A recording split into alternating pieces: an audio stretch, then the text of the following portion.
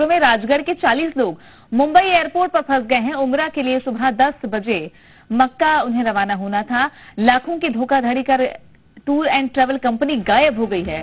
Passport और visa के लिए 30 लाख रुपए लेकर फरार होने की जानकारी निकल कर आ रही है। इंदौर की एक कंपनी से इन्होंने पैकेज बुक कराया था, जिनके साथ धोखाधड़ी हुई है। इंदौर की एक कंपनी से पैकेज बुक कराया और लाखों की धोखाधड़ी का यह मामला सामने आ रहा है। राजगढ़ के 40 लोग मुंबई एयरपोर्ट पर ही फंसे हुए हैं। उमरा के लिए सुबह 10 बजे इन्हें मक्का रवाना होना था, जहां ट्रैवल कंपनी इन्हें ठग कर फरार हो गई है। पासपोर्ट और वीजा के लिए 30 लाख रुपए लेकर कंपनी फरार हो गई और ये लोग मक्का जाने के लिए मुंबई एयरपोर्ट में ही बैठे रहे। मुंबई एयरपोर्ट पर राजगढ़ के 40 लोग फंसे हुए हैं। इन्होंने बताया है कि पासपोर्ट के नाम पर, वीजा के नाम पर पैसे ठग लिए गए।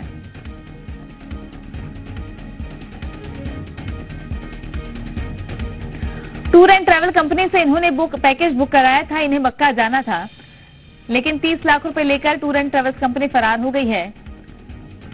एक झांसा जालसाजों ने बिछाया और इनकी भावनाएं भी आहत की।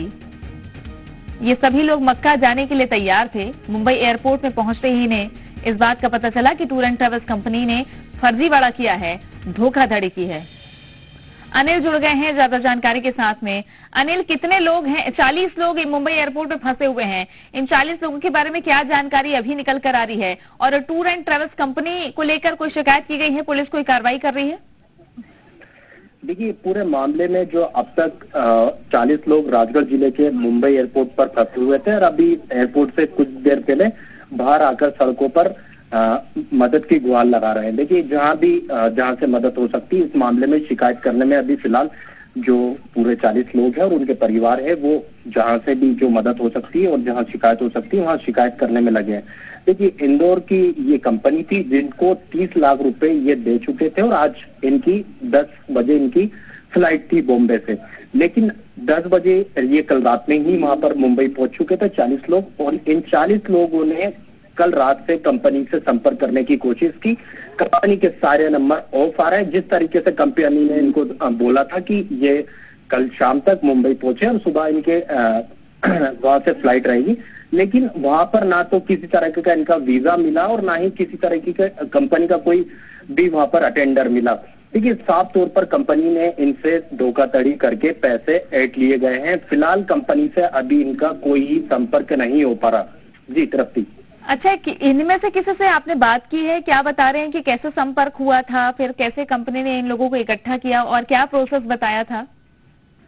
देखिए, राजगढ़ जिले के नरसिंहगढ़ में इस कंपनी के 2 एजेंट बताए जा रहे हैं। इन लोगों से संपर्क हुआ था तो उनका कहना है कि नरसिंहगढ़ के ही 2 एजेंट के माध्यम से इस कंपनी से संपर्क हुआ था और 75,000 रुपए में एक को हज के लिए जाना था, जिसके 40 लोगों से 30 लाख रुपए अब तक ले लिए गए थे।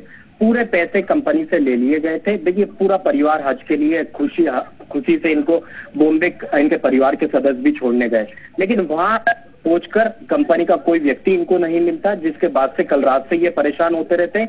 उम्मीद थी कि सुबह 10 बजे इनको कोई मिलेगा, लेकिन वहां पर सुबह भी कोई नहीं मिला। चलिए, अब स्थानीय प्रशासन किस तरीके से पहल करता है ये देखने वाली बात है। शुक्रिया आपका जानकारी के लिए।